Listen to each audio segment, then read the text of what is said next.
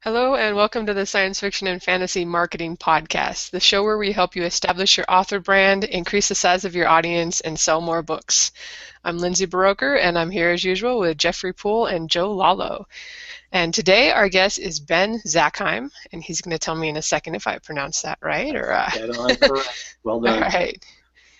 And he does a whole bunch of things, and if you look at his Amazon pages, he's had like about 8 careers, it looks like. So Yeah. I'm gonna go ahead and just ask Zach to go ahead and do your own introduction. Tell Mhm. us about your background if you can, and how you got Sure. into self-publishing. Sure. Well, actually, I don't want to go back too far, but I come from a writing family. Everybody's an author or an actor or an artist, but mostly writers.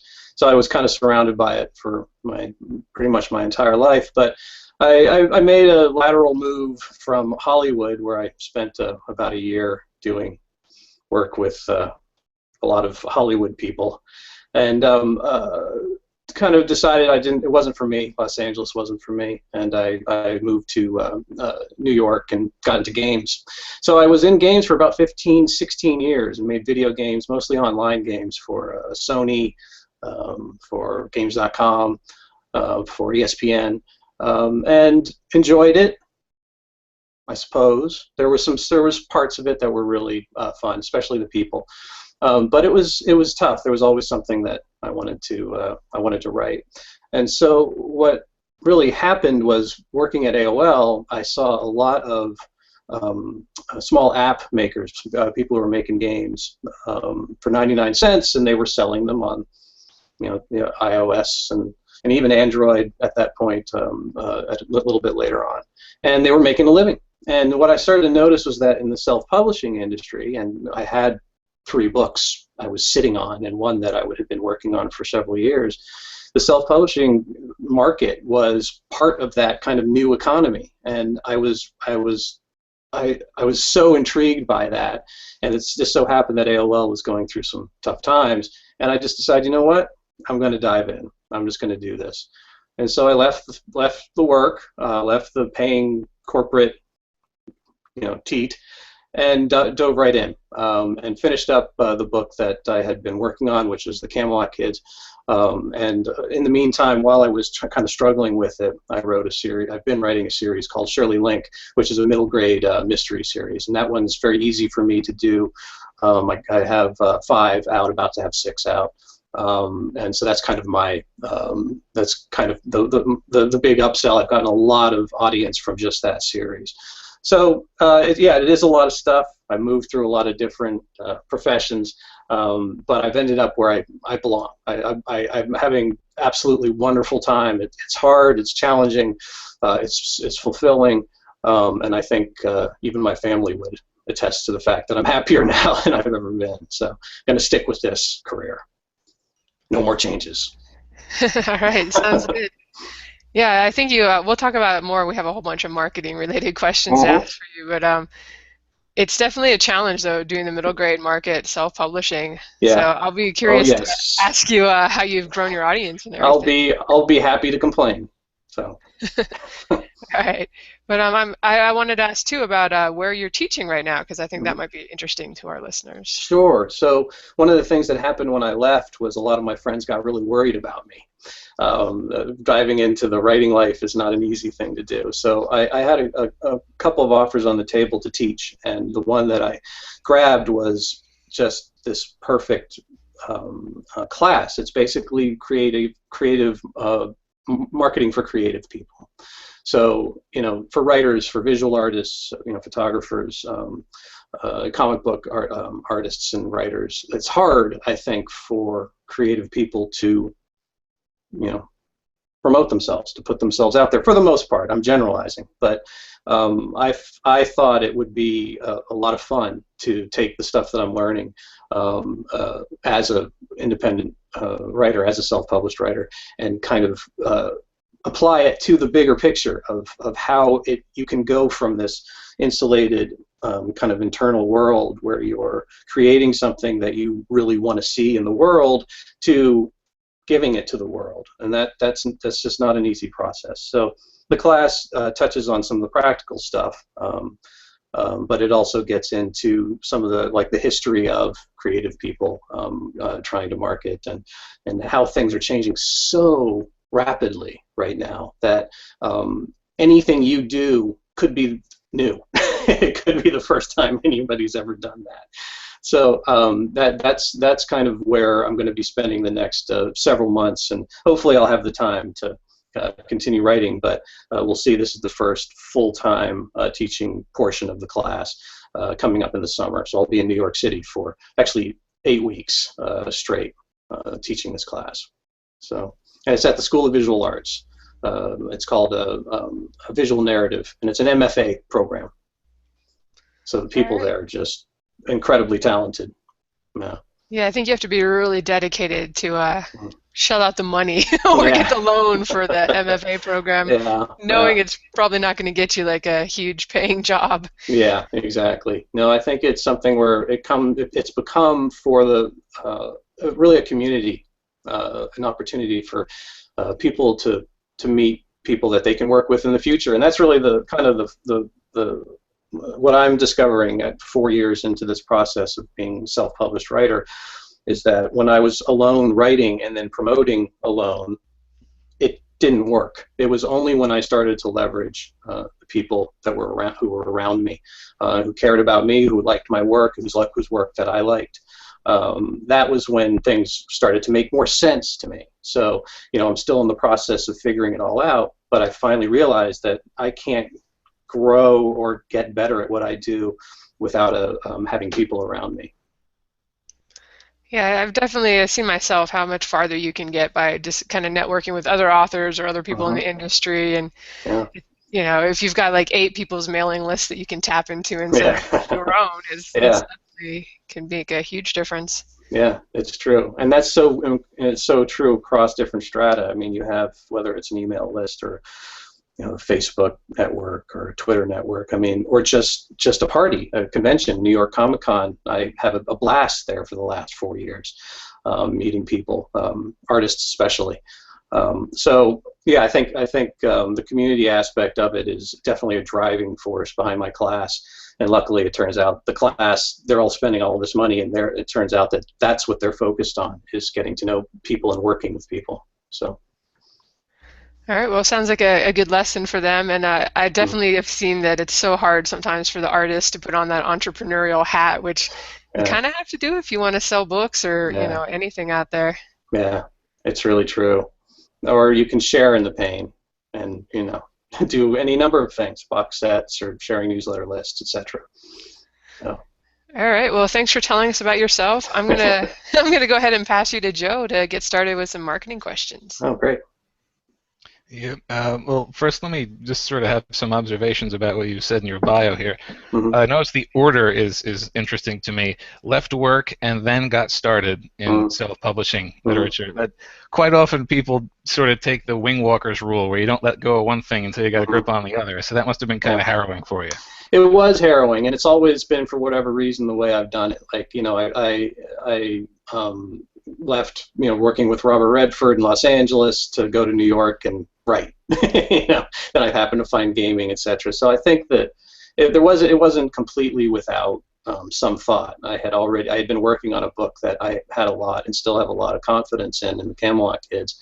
And not that I thought that was going to make a living, but I knew that a lot of the things that I would be learning about marketing, about selling, about being a creative person in the 21st century, if you will, that was going to be so valuable that I would be able to find other work. And not as a corporate person who, not putting down corporations, it's just not for me, but I would be able to see things from the ground up, which is where so much of the work that's being done and so much of the creativity is coming from. I knew that leaving AOL or leaving just a steady paycheck, I'd be able to find my feet, consulting, teaching, etc. And that's been the case. Well, good for you. Thanks. You also say you go to NYCC. So why? It's my local convention.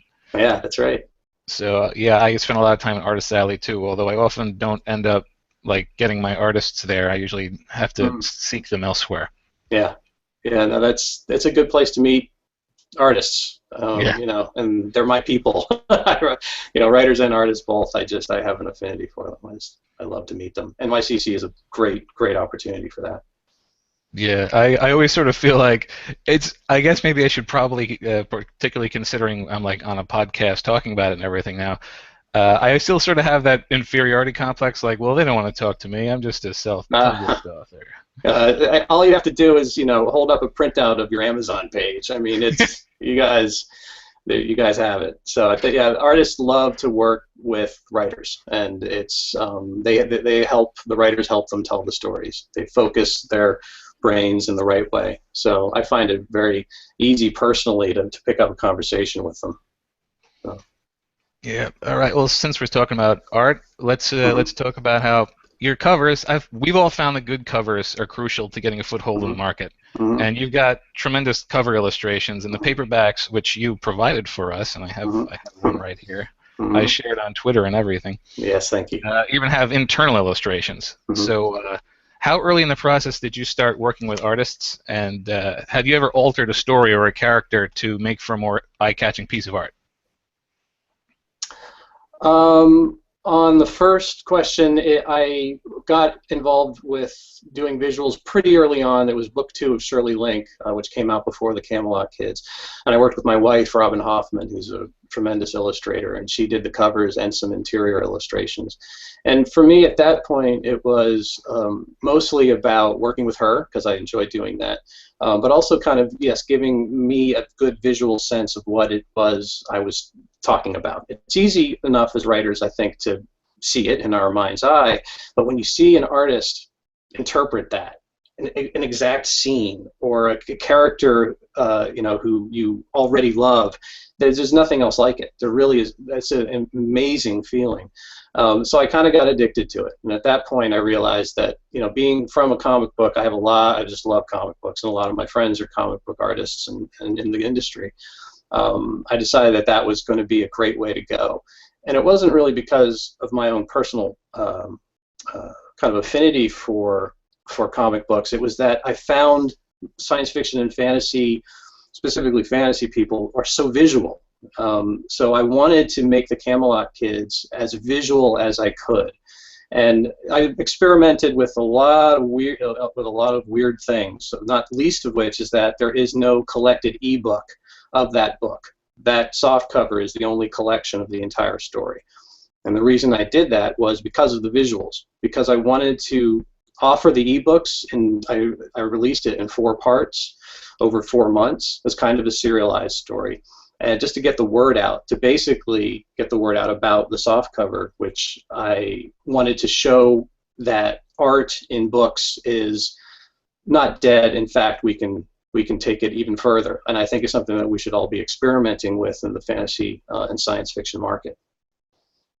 So it's always been there. It's always been a part of my DNA, and then I found out, oh, wait, I can actually work with artists and get a visual book out of this. Right? And you know, that is an affinity that I think a lot of fantasy readers have. Yeah, I have to agree. The thing that I'm writing right now, it's the first time I've wanted to get in contact with an artist before the book was out, just that I could have a visual of the character sort of sitting next to me to help with the descriptions later on, like a feedback loop. Exactly. Well, I didn't see these characters as you see them in the book, in the Camelot Kids. I did not see them that way. They were described in a kind of general sense, and the artist Ian Greenlee, who did the interior art, and Nathan Fox, who art directed the whole book, he's a comic book artist and illustrator, they discovered these characters for me, and I found a real partnership there. There was no ego involved. I saw what they took, what they interpreted, and was just blown away, and there were almost no iterations except for the ones that Nathan asked for from Ian, him being the art director. But for me, it was them. That was who I was writing about, and I actually went through an entire draft and wrote it with, you know, them done. And yes, I think some things kind of changed. Some of the fingernails of one of the bad guys, his name is Ruckish, they grew very long and kind of dagger-like, and so there's an illustration in the book of him sticking his fingernail into the hero Simon's neck. And it's one of my favorite moments, and it wouldn't have happened without the artist.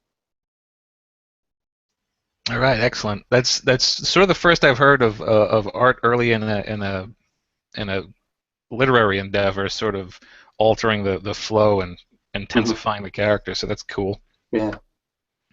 All right, next up, your writing draws many favorable comparisons to some very popular series. Percy Jackson and Harry Potter are mentioned a lot in your blurbs and in your reviews. Was any of this by design?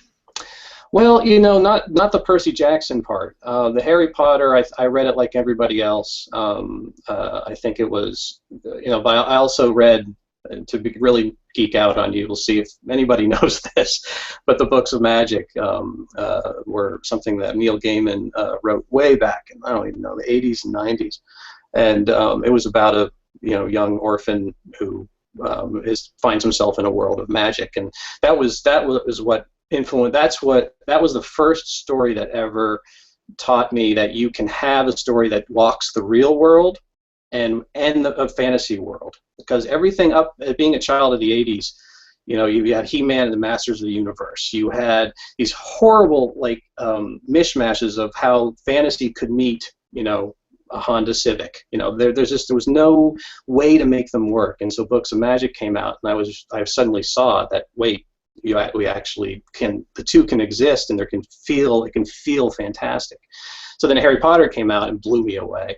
And I certainly think there are influences in the Camelot Kids from Harry Potter. The orphan, I think there are a few characters in there that happen to be similar. On the Percy Jackson front, no. I read the book after having completed the book a number of times. So that's a little bit surprising. I'm certainly not against it. I think it's a great book, but it's not an influence. All right. Now, so you say, there's a little bit of influence from Harry Potter, or do you think there's any value in trying to cater your writing toward what currently is trendy? Would you have purposely sculpted a story to be more like something that's currently in the zeitgeist? That is a question that I asked myself yesterday, today, and will ask tomorrow. It's a constant question in my mind, because the tastes do change, and these niches come out of nowhere. These little subgenres come out of nowhere, and it's fascinating I think to us, certainly to me as a writer, to say, whoa, you know what? I have a great idea that would fit right into that genre. So that's and there's the sales. You can see such a difference in the sales if you get the right cover and do a pretty good job. And it's just, I think that I knew releasing the Camelot Kids that that ship had sailed. The Harry Potter ship was gone. It was over. Not really, but it certainly had faded, right, as far as a hot genre. But I was a story that I wanted to tell, and I think that, and I've stuck to it. And there are a couple others that happen to be kind of maybe on the way out that I want to get into. I just don't think that in the end, writing something that is hot and trendy right now is going to pay off in the long run. I think you can get a good hit up front, but if it's not coming from the heart, I just think it's going to show. I've never seen an example of a book that that resonated, that wasn't something that the author was really feeling.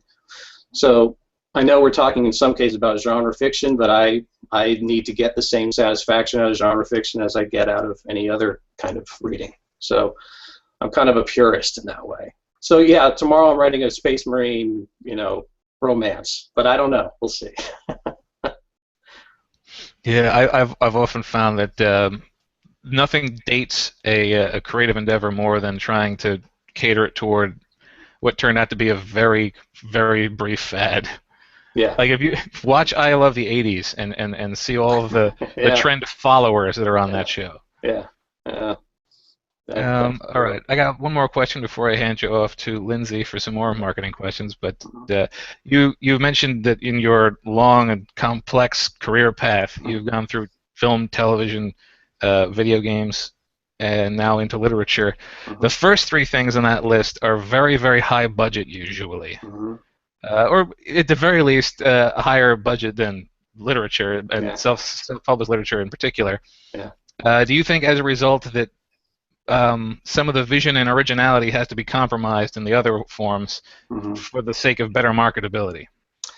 Absolutely. Anybody who tells you otherwise is not seeing things from the weeds or in the in getting their hands dirty, because that there are compromises daily. I would even argue that when you start sharing your work with an editor, or when you start to have beta readers, there are those compromises. There are those good points, or those points that are made that strike a nerve, and you don't know if that criticism is correct or if it just is speaking to you in a way that makes you want to do it differently and makes you possibly compromise that idea. So I think for the bigger budget stuff, when you have that many people involved, you can have a really strong voice, and you can have a good, strong director, a strong game designer or writer, game writer, a strong TV producer or TV writing team, and they will be the guiding force. There's no question about it. But there are compromises every day, especially when you talk about getting actors involved. I mean, there was recently my mother, actually, who's also a writer, had her work interpreted in New York by Vanessa Redgrave. So this was in the Cherry Lanes Theater, and so Vanessa Redgrave showed interest in this book and completely changed it. Completely changed, not the intent, but the order, and she chose the things that she wanted to do. And so for it to become a theatrical thing with all of these producers and fundraisers, and the theater was involved, the media was covering it, it was just one huge compromise. And I think, actually, I'm proud of her. I think she did a good job. She took a step back and she took her ego out of it, and she said, "This is not, this is not mine any longer, and it's hers." So, anytime you get other people involved, and you're going to be compromising. So another reason why I did want to be doing things on my own, at least for those that 1 year it took me to finish the book. Yeah, it definitely seems like the smaller the team, the more pure the vision. Yeah, no, I agree. I mean, take a look at Minecraft, right? That started out as one guy and then a couple of guys, and that was the purest interpretation. I actually saw a early version of that at Game Developers Conference, like way back in the day before it came out. And this is one of those funny stories, I guess, because I was a gatekeeper at Sony. I was a gatekeeper at AOL. I was somebody who kind of helped decide what was going to go up, what was going to get made, what was going to happen. And I remember thinking about Minecraft. I just can't see this taking off at all. And then Microsoft pays $1 billion for it. Yeah, so it shows you what I mean. Maybe I wasn't good at my job, but but I think gatekeepers you gotta be wary of their opinion of your work. So. Yeah. Well, that's my question. So next up is Lindsay. Thanks. All right. I guess we got Jeff pushed to the end today, so he'll just sit over there, nodding, looking smart. He does. He's got a certain air to him, doesn't he? Yeah, very sophisticated. Yeah. I am curious, before I ask you some marketing stuff, just kind of today in like the MFA program, do you see that a lot of people want to become independent authors, or is it still kind of a leaning toward I want to get an agent and a publisher? It's a really wonderful split down the middle.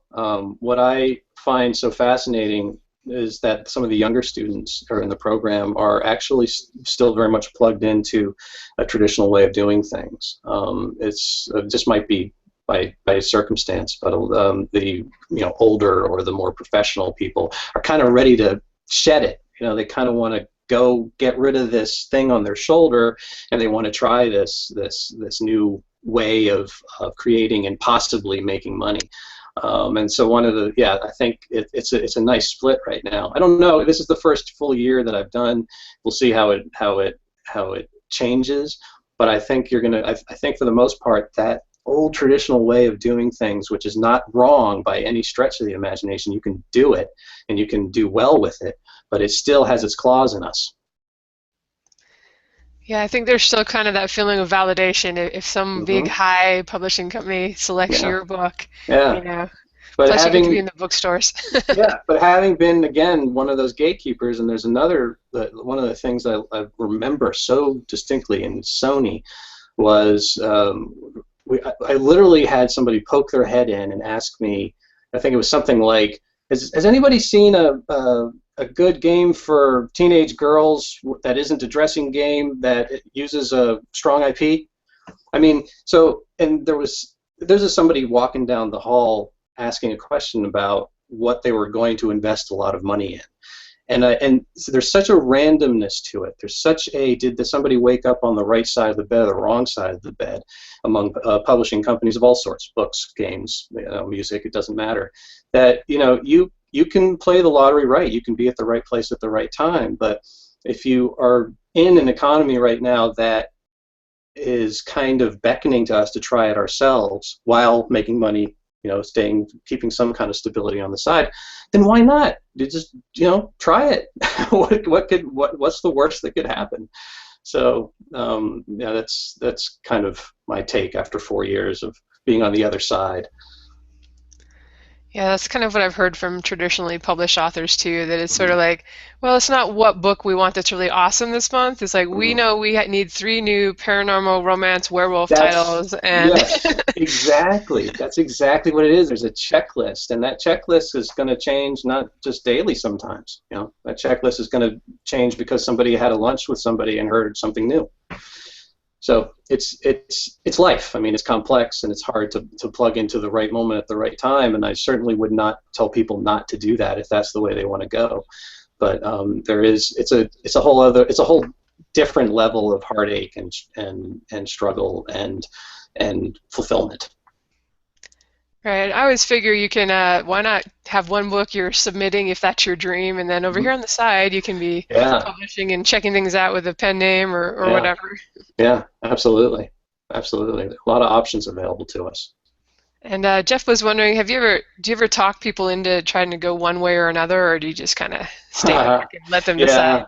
No, I have. I have to watch it. Being a new teacher, I have to be careful. But my tendency is to, especially if I spot something in this person that I think would do really well, like they happen to be an extrovert, they happen to be somebody who has a kind of knack for talking and selling.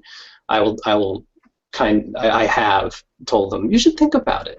I don't want to go too far yet because I want to get them in front of me, and because in my marketing class, that's where we're really going to start seeing how they're going to take these theses that they're doing and make a great thesis show for their graduation and take it beyond graduation. What are they going to do with it? And at that point, there's going to be a lot of arguments and which route to go. And I can't wait for those arguments, those discussions. So. All right, cool. Well, I'm curious now, like, as to what you're teaching in this class. One of the things I've been seeing a lot in this last year is actually some kind of backlash towards, well, you don't need to blog, and the whole building a platform thing is overrated. It doesn't really sell books. So I'm curious, what are your thoughts on that, and kind of what are you teaching right now? Well, I have very strong thoughts and even stronger feelings about that. Again, it makes me mad to see any dismissal of any tool that's available to us right now, because the fact is, when it comes down to it, I think you need to be comfortable with the tools you use. You need to choose the social network that makes sense to you, that you're comfortable in.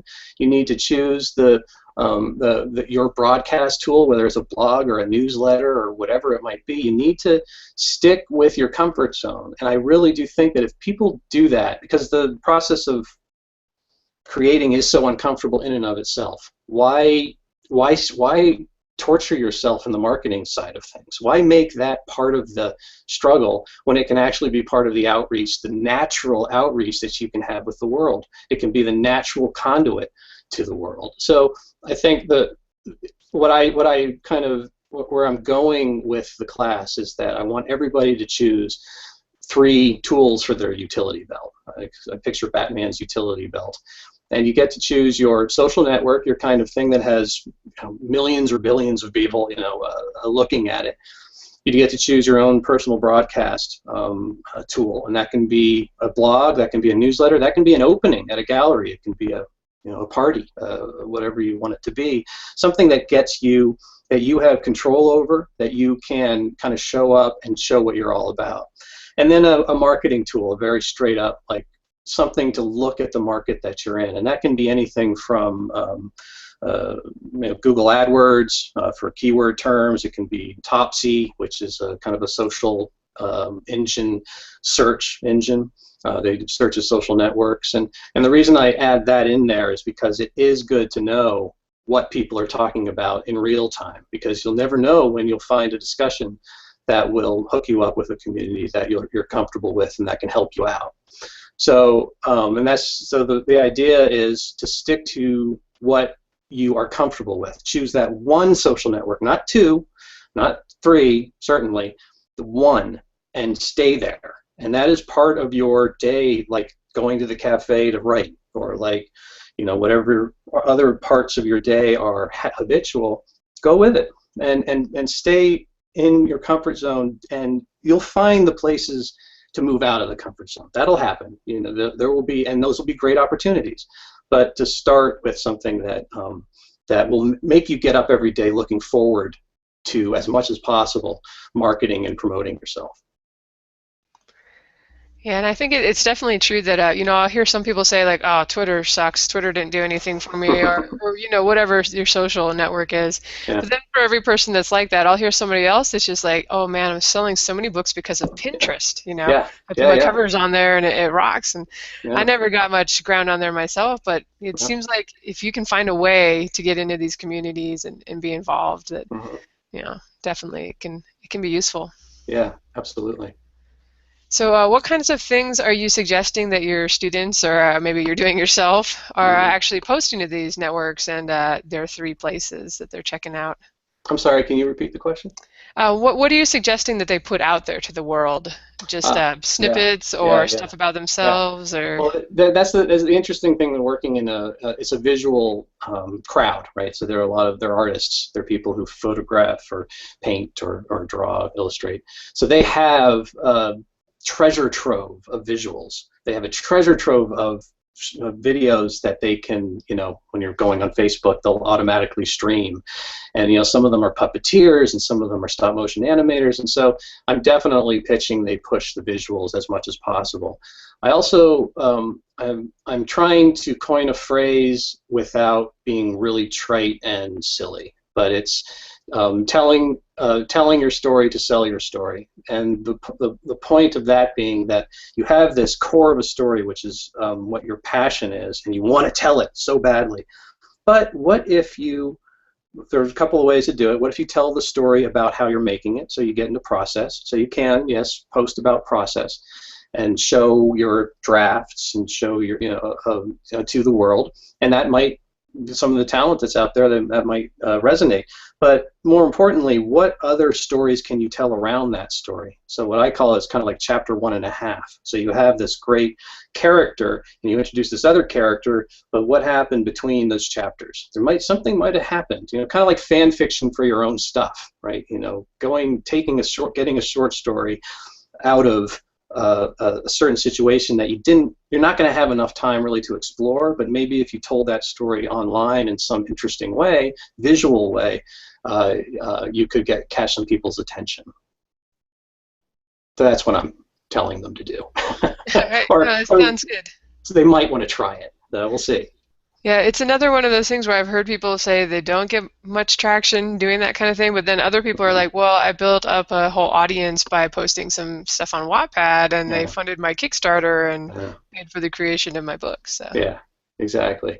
But I think the generally speaking, the more visuals you can have around your story, I don't know if you've all found the same thing, but the more powerful visuals you have around your promotion, the much easier it is to confidently step out into the world and go, dudes, look at this, look at this art that I got from my book.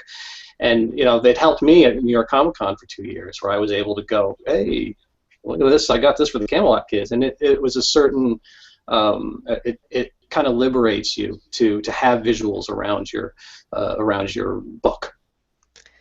Yeah, I know Joe's a big fan of hiring people on DeviantArt and things and getting characters drawn up, and I totally want to start doing that too, because I agree with you that it's so much easier, especially in this online environment, to like get a like or a Yeah. comment on Facebook if you just got, hey, this is cool artwork of my character or something, Yeah. as opposed to go read the first chapter of my novel, which is Yeah. more of a time investment.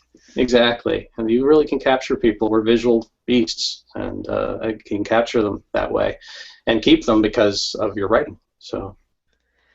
Yeah, and for the writers out there that think, well, I have no artistic skills and I can't create anything, I think maybe Joe will talk about it, but I think he's found just little people for a few dollars on some of these small sites to create artwork for about his stories, about his characters that you can use. And I've definitely made use of fan art. Anytime somebody mentions it, I'm like, oh yeah, that's going on Facebook and Pinterest because I can't draw, but Yeah. But that would be interesting. I think your fans would love to see your drawing and your interpretation too. The back of a napkin. Yeah, this is my assassin in stick figure. Yeah, Enjoy. exactly. Hey, you never know. All right. I was kind of curious, since you have all this experience in the gaming world, do you find that marketing is very different, or is it kind of similar to that world? I think marketing in general is painfully similar almost across all different levels, but I think it depends. The independent, the smaller, there are less and less of them, but the independent, smaller developer companies that make apps or games, they can get away with doing some pretty guerrilla stuff. And I think the big guys they're all throwing money at things, so it's all going to be the same process every time. So yeah, I don't think I think that it's the one that's more conducive to me is the independent, smaller house that can kind of get scrappy and do things. Does that answer your question, or is it? No, I was just curious. One thing I've thought about as an author is hiring somebody to do an app, like a game or something, Oh, you bet. Related to my world. And I think, is it worth it? Because I've heard it's quite expensive if you're not yourself a programmer. And, But this is the thing about reaching out to people. I think that certainly you three, you can reach out to a developer and get them interested in an idea. That if you have a really strong idea for a game, you have a game mechanic that you really love, you can find somebody that will work with you, and that at the very least will get it to a point where you can try something out, see if it works. And if they get excited, they can work on a back end. They can take some of the back end, and you can get something made. And there's also just something to keep in mind that I really want to try is this whole virtual reality stuff. Like, just for me to be able to create New Camelot, one of the settings in my book, my dream now, and I'm reaching out to everybody I know in the gaming industry to try to make this happen, is to have a virtual reality scene where you can just look up at New Camelot and just kind of walk around a little bit, within a certain controlled area. And I think that's marketing. I mean, because what that ends up being is that somebody does it because they think it's really cool. I probably don't spend too much money because they're doing it to test out a new technology that they want to get to know, and everybody's happy. So we'll see. Working on it. All right, yeah, I'm going to be watching that too. I know Joanna Penn on the Creative Pen is really talking about the gaming her world too. So making a game of her world, I guess would be the way to say it. I think it's a great idea. All right. Well, just a couple more questions before I hand you over to Jeff there. I'm curious, as I was saying, because you're doing middle grade fantasy, and I published, the first thing I published actually was a collection of short stories for a middle grade audience, and boy, I did not really get anywhere with them. So I was really glad I published my adult stuff too. Yeah. Go ahead.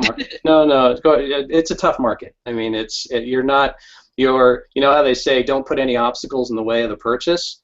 Well, you're selling to kids. They don't have money. They don't have credit cards. They don't, you've got a lot of obstacles in your way. So it's not easy. And I think for me, one of the successes that I've found in the middle grade arena is staying local. Advertising, the biggest success by far has been an ad I ran in a local paper that paid for itself times a little bit, not much, but it was a big success. It got me out there, got me into libraries, got people interested. And it just so happens that the middle grade book itself takes place locally, So that's another thing that I always advise for, people who want to write a middle grade book, is set it someplace nearby if you can, because people love reading about the area that they live in, and it's a much easier way to open a conversation and say, oh, hey, you live there? My character lives there too. Here's a book. So it's the middle grade is tough. Well, that sounds like some good advice, and if you happen to live near New York, that's kind of a populous area. So. Exactly. One of the things I found, and this was back in 2010, so I'm sure things have changed a little bit, is that it was pretty tough to sell the ebooks. I think maybe if the paperbacks would actually be more desirable, maybe at that middle grade and younger age. Is that what you found, or are you doing? Definitely. I sell for the first two.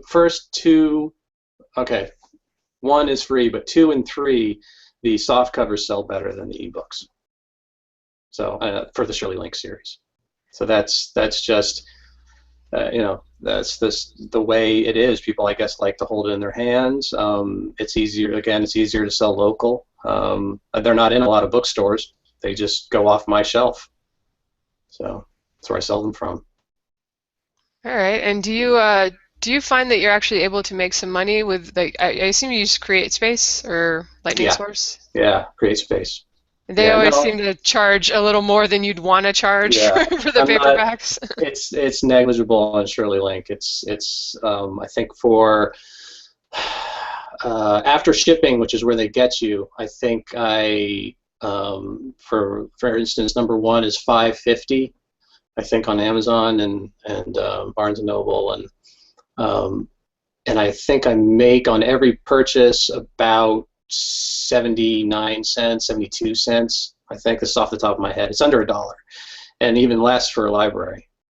So my libraries I have them on the wide distribution, so I make something like 18 cents per sale.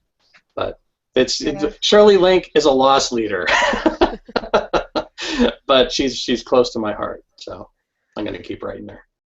Yeah, we have to figure out a way to get more young readers buying the ebooks, or because that's where the profit margins are, at least as an indie author. There's something in the mobile, calculus that somebody's going to figure out, but I have not.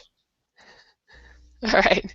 I'm curious, are you actually selling them, like shipping them yourself? Do you order author copies and do that, or do you I don't have to. It's at convention tables, local events, people who just heard about it and want to buy it. That's really I've negligible amount that I've shipped off. So okay. Do you actually up to Amazon? So when you do conventions, I don't think we've had anybody on that actually sells books or sells any number of books at conventions. Do you go ahead and buy a table and just kind of have a presence there? Yeah, I've been lucky because I've been kind of grabbing on to School of Visual Arts, and they have tables, and I go, hey, can I get some copies up there? And it ends up I'm not even the best salesman of them. The other people who are at the table end up being the ones who move my units. But so yeah, it's I think if you can find a friend, and again it comes down to that community thing, you can go in together on a table, or you can just somebody who is a small publisher, a small press publisher might be willing to put your book on the table. There's also IBPA, which is Independent Book Publishers Association, and they have some pretty reasonable deals as far as putting a book out on a table in a number of conventions. For something about $200, $250, you can get your book on their table, and they'll sell it for you. So that's another route to go. All right, yeah, that sounds good if you're somebody who actually wants to interact with people and are not afraid of people, like some of us introverts. No, I know that feeling well. When I'm there, it's hard, but it's still it's all my people. So I eventually I get into it. Yeah, it probably helps if somebody's wandering by in a Chewbacca costume or something. You're like, oh yeah, that's my people right there. Yeah, exactly. At least I look better than them. It's great. I love it. All right, I'm going to hand you over to Jeff. He has a few more questions, and thanks for chatting with me. Thanks, Lindsay. Yeah, nothing beats, when you know at heart you're a geek or a nerd at heart, and you see nerdier people walking around. As it just makes you smile, makes you makes you realize Yeah. you're in the right spot. But Yeah. okay, all right, I have a question. Go Go ahead. ahead. I'm You just go ahead. envious of them, I'm envious of the cosplayers, if they can really do it, and I don't know. Yeah, see, I consider myself a really strong like Star Wars fan, Mm, and I see some of these conventions, I see them walking around. I'm like, I'm sorry, I yeah, just can't do it. yeah, It yeah, ain't gonna happen. But yeah. okay, I have a question for you with regards to the class that you're actually teaching there. Can you actually tell us who makes up the majority of your students? Are they like authors, Mm. photographers, maybe Uh, painters?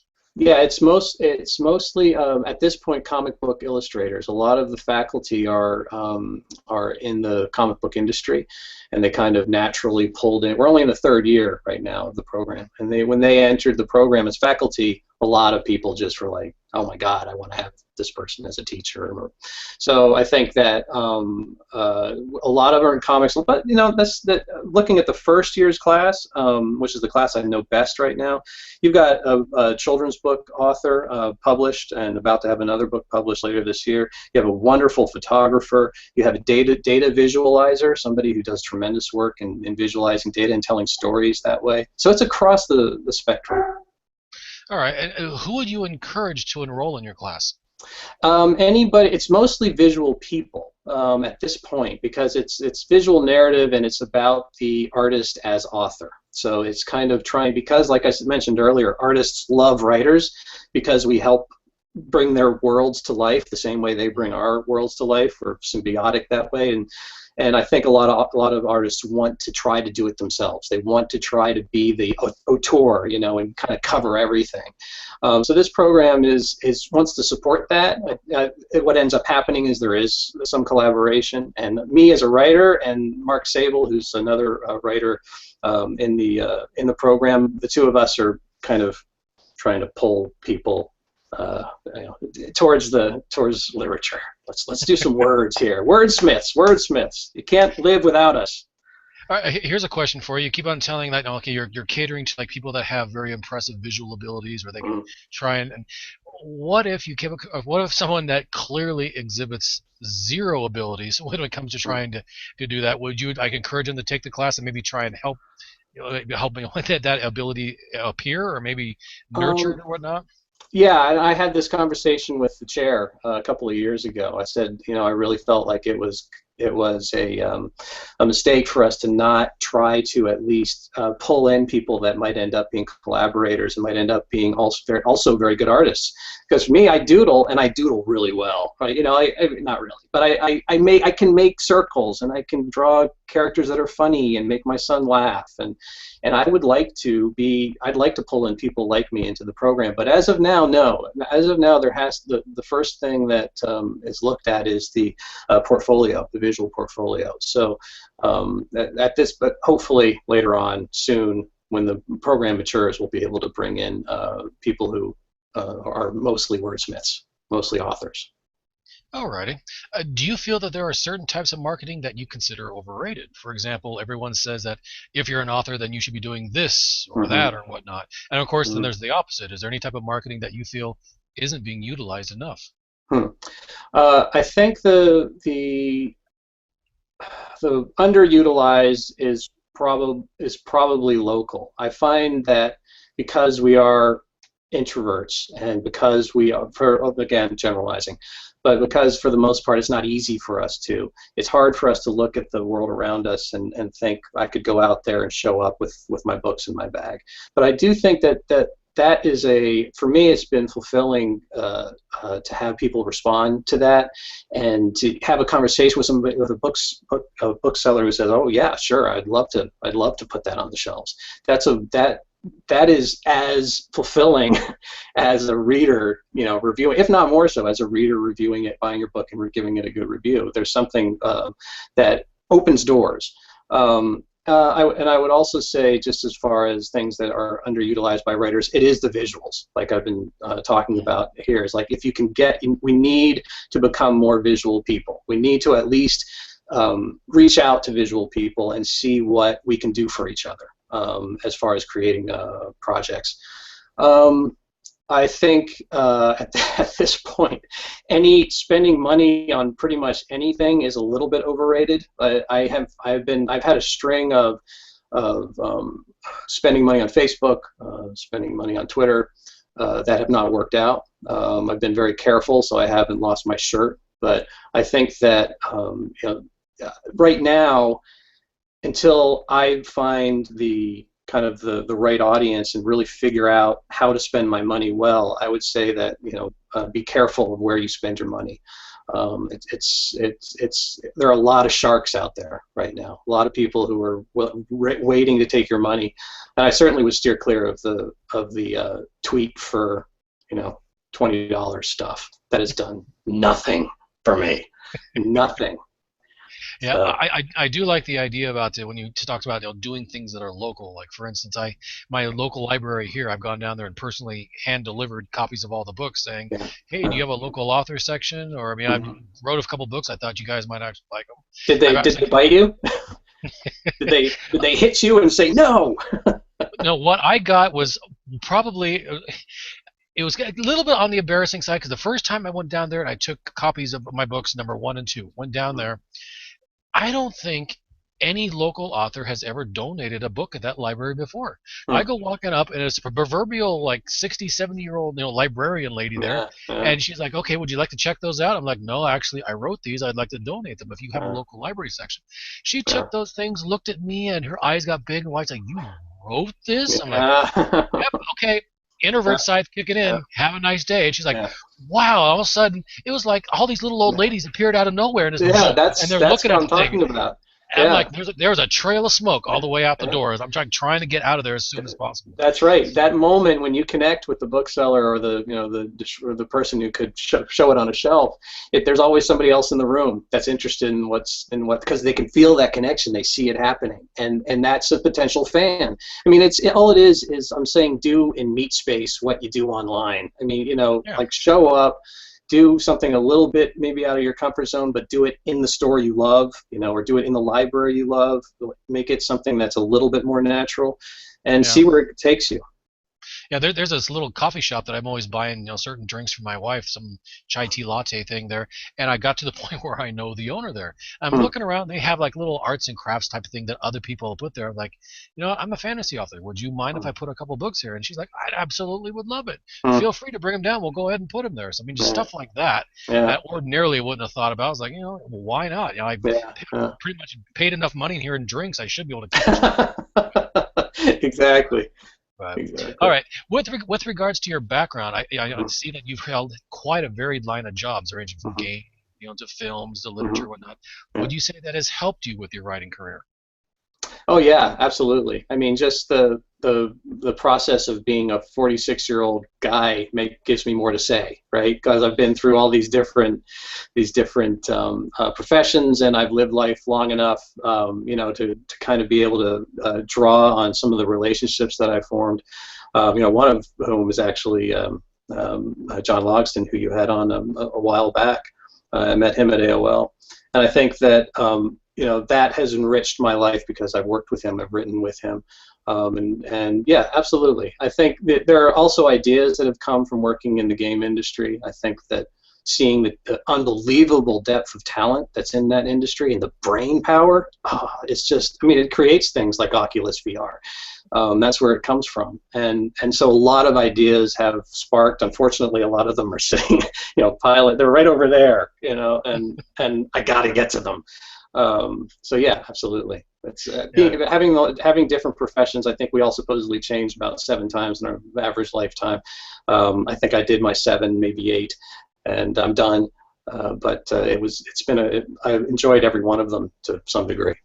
Please, I've done the 7 to 8 within the first 3-4 years outside of high school, so I don't need to worry. Security guard, banker, zookeeper. That one was fun for 3 years. There's a story. Yeah, you wouldn't. I've got all kinds of stories, and that I know if I put a few of them in the books as like past other stories from the character there. But yeah, it was interesting there. Computer tech, that I'm also part-time doing that, so I've seen quite a bit of it too. Yeah. But So my last question I have for you is Mm-hmm. the hypothetical one. Let's just say if somehow you were able to jump backwards in time and bump into yourself just after you released your first book. Is there any sort of Mm-hmm. message you'd like to give yourself that says, hey, Mm-hmm. avoid this, do Mm-hmm. this, don't talk to Mm-hmm. this person, and so forth? Yeah, And what would that be?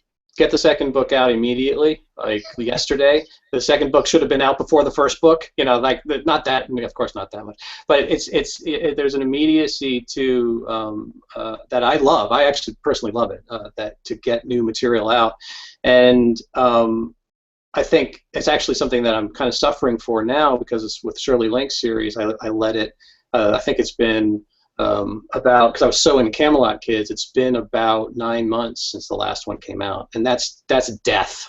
That is just that you can't do that. So that's actually something that I would tell myself about 9 months ago.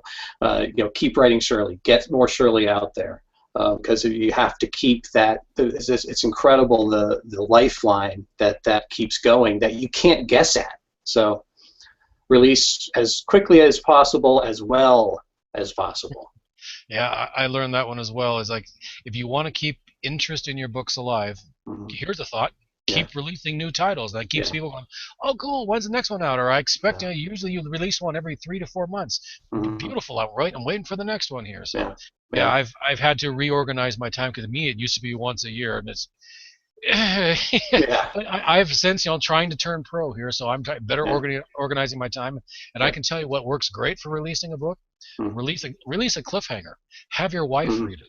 Let the wife go, what the hell? Come on, finish this. Go. I got the sequel done in the quickest amount of time I ever have in my life. So. All right, all right. I actually might try that. I'm writing that down. It might actually work. But yeah, that's it for me. So let me hand you back to Lindsay here, and we can see if we can wrap things up, because we're approaching the hour mark. Yeah. Great. All right, cool. Well, one thing I forgot to ask was, when you do your Create Space paperbacks and you have illustrations in your Camelot Kids book, does that add to the price at all, or do they just kind of it doesn't that I can see. If it is, it's negligible. It adds to the page count, which can add to the price difference. And I did actually in one draft have to cut back a couple of pages so that I could try to make a little bit more money. So a couple of the back pages, the promotional pages, got sliced out to make way for the art. But no, it's just a page count thing. Yeah, that's one of the challenges when you're a fantasy author too. We all seem to like to go long and write these giant stories, and Create Space wants to charge $20 for them. Yeah, I know. Yeah, what I can tell you is I actually had one book where I literally had a friend of mine in England actually said, can I write? I'm an artist. I'd like to draw you something there, and he actually illustrated a good chunk of it. And I was always led to believe that. I first started with Lulu, and Lulu made it sound like, you want to put a picture in there, it's gonna cost you. Yeah. So I was wary with Create Space, and Create Space pretty much went, oh, you're wasting the pages. As long as you get a 300 DPI, we don't care if the whole darn thing is pictures. It doesn't matter to us. And so it's just another page. Just make sure you format the picture correctly, get it transparent as possible, so you don't get that god awful annoying white square that goes around it. Yeah, I've done that a few times. Oh yeah, that'll happen. That takes some trial and error. But I think on the ebook front, to have visuals, just to Lindsay, to add a little extra to that answer, you do have to worry about it on the ebook, of course, because you're talking about megabytes, and Amazon will start to charge you delivery costs. So you have to be careful on the ebook front. Yeah, I guess that giant, epic, all-color fantasy map might not be the... No, you got to do it. You got to do it. Everybody loves a map. All right. Well, before we let you go, I feel like you have your eye on the pulse of the marketing world. Is there anything that you kind of see coming up that looks really interesting to you that we should be keeping an eye out for? I am really interested to see. I know I'm going to be unusual in this. I don't know. Amazon's ads. I think Amazon's ads are a big flop for me and for a lot of authors right now. But they're beginning to open up. They're charging us, but they're beginning to open up their black box, right? So we might be able to start seeing what converts and what doesn't. Not just a general sense because we do a tracking pixel that shows that they went to Amazon, but then what happens? I have a feeling Amazon is starting to open up that black box, and I'd be really interested to see in the next year if they start to charge us, but give us more insight into how our ads are converting, and why. We might be able to see heat maps, God forbid. Wouldn't that be awesome? Heat maps of the product page where people are losing interest. Are they reading our description? This is all stuff that, frankly, Amazon should be doing, because we will help them make money, but they are so protective of their customers, and I get it. But it would be cool if that opened up. All right, yeah, I would love that too. It'd be nice to see if people are getting bored with your blurb, or do they click anything? Exactly. I mean, we don't know when things get stale. They all have their own half-life. I mean, maybe my book description for the Camelot Kids is what it should be for the rest of its existence on Amazon, and maybe I should change it every 3 days. I don't know. I have no idea. Yeah, definitely understand that. Yeah. All right, before you go, why don't you tell us where people can find you, and if there's one of your books in particular you think they should check out? Well, you can find me. I keep it simple. I have my one social network that I love, and my one blog. So you can find me at Zackheim. So on Twitter, that's Z as in zebra, ACKHEIM. You can find me at benzackheim.com. That's all one word. And your audience might enjoy the Camelot Kids. It's been getting some pretty good word of mouth going among real diehard fantasy fans. I did a blog tour and got some wonderful diehard fantasy fans enjoying the book. So give it a shot. Let me know what you think, please. All right, thanks so much for coming on the show, and we'll put your links in the notes so people can check those out if they're listening to this on the run somewhere. Great. Thank you so much for having me. Hey, thanks for all the info. Absolutely, anytime. All right, bye-bye, everyone. Bye. See ya.